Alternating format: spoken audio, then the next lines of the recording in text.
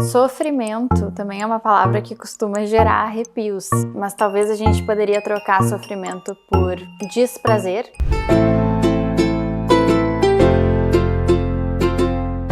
Uma das grandes verdades da vida e que por vezes a gente não quer lidar e não quer admitir é que o sofrimento faz parte da vida. E assim como eu já falei em um vídeo anterior que a gente vive numa cultura da produtividade, da aceleração, a gente também vive numa cultura do bem-estar. Parece que o certo é só a gente sentir alegria, satisfação, prazer e tudo aquilo que é diferente de sentir alegria parece algo errado, parece um problema a ser resolvido. Então, um dos grandes problemas que a gente vive hoje é que essas pessoas que não toleram sentir desconforto, desprazer ou sofrer são pessoas que vão acabar virando analfabetas emocionais. E por que eu vou usar esse termo? Se eu não aprendo a sentir aquilo que é desconfortável de sentir também, eu não aprendo a lidar com isso na minha vida. E se eu entendo que tudo aquilo que é desprazeroso de sentir, eu preciso resolver, eu preciso eliminar, eu preciso fugir, isso acaba criando um peso ainda maior na minha vida e por vezes deixando de eu identificar sinais que aquela emoção quer me trazer. Eu vou dar um exemplo para vocês. Ansiedade. Ansiedade é algo tão desconfortável da gente sentir. Ansiedade, dizem, né, é o mal do século. A gente vê vários livros dizendo como controlar, como acabar com a sua ansiedade. Mas muitas vezes a ansiedade, ela é como se fosse uma febre.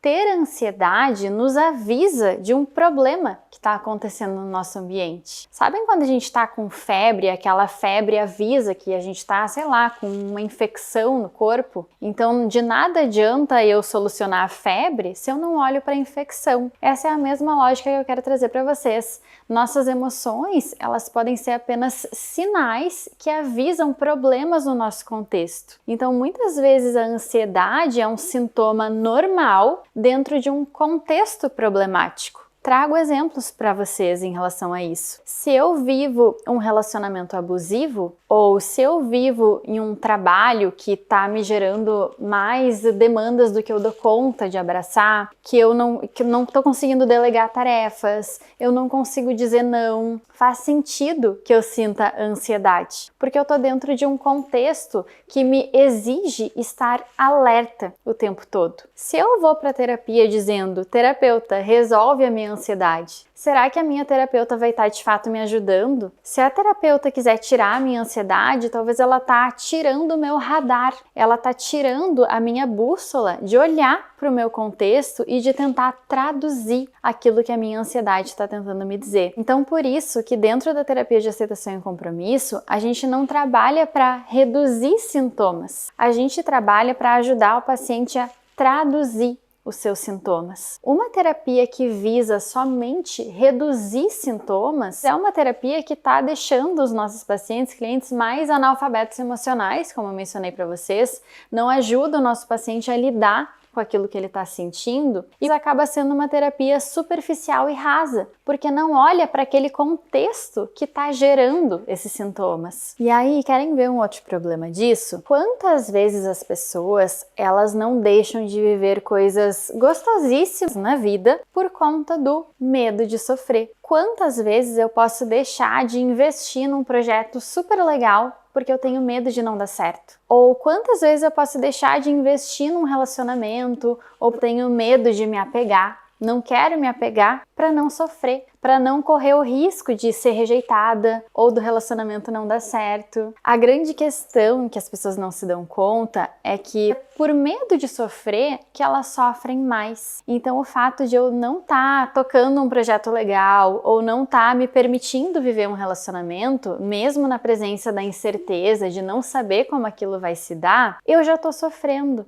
Por não tentar, eu já sofro por não sair do lugar. E é aí que eu gosto de dizer que as pessoas elas acabam tornando problemáticos, tornando problemas que na realidade não são problemas. Quando a gente entende que o desprazer, que o sofrimento faz parte da vida, a gente também tem uma abertura maior para entender que a vida não é só sobre sentir prazer. A vida é sobre a gente arriscar em prol daquilo que vale a pena para nós, em prol daqueles riscos riscos que valem a pena a gente correr. Então, não tem jeito. A gente vai sofrer de qualquer jeito. Ou a gente sofre por não tentar e não ter aquele projeto saindo do lugar, ou a gente sofre por tentar e se frustrar e não sair como a gente imaginava, ou a gente sofre também porque aquilo deu certo e por vezes a gente sofre porque a gente tem medo daquilo acabar. Então, pra gente parar de tornar problema algo que na verdade não é pra ser um problema, na verdade é importante a gente lidar também com a sensação de desprazer ou de frustração na vida, eu gosto de utilizar a seguinte brincadeira, assim, eu pergunto pra mim mesma, mas e daí? Qual que é o problema? Então, vamos usar um exemplo prático. Se a gente pensar em um projeto que a gente quer colocar no mundo e a gente tem medo daquele projeto dar errado e a gente pensa num primeiro momento, e se der errado? E aí quando a gente para pra pensar, e daí qual o problema se der errado? Se der errado, não sei, as pessoas vão rir de mim. E daí? E qual o problema disso? Então quando a gente começa a se questionar, o real problema das coisas tá em a gente não tentar, tá em a gente não colocar aquilo que é valoroso pra nós no mundo. A única forma da gente não sofrer e não deixar nenhum tipo de dor entrar na nossa vida é a gente não viver. A partir do momento que a gente vive,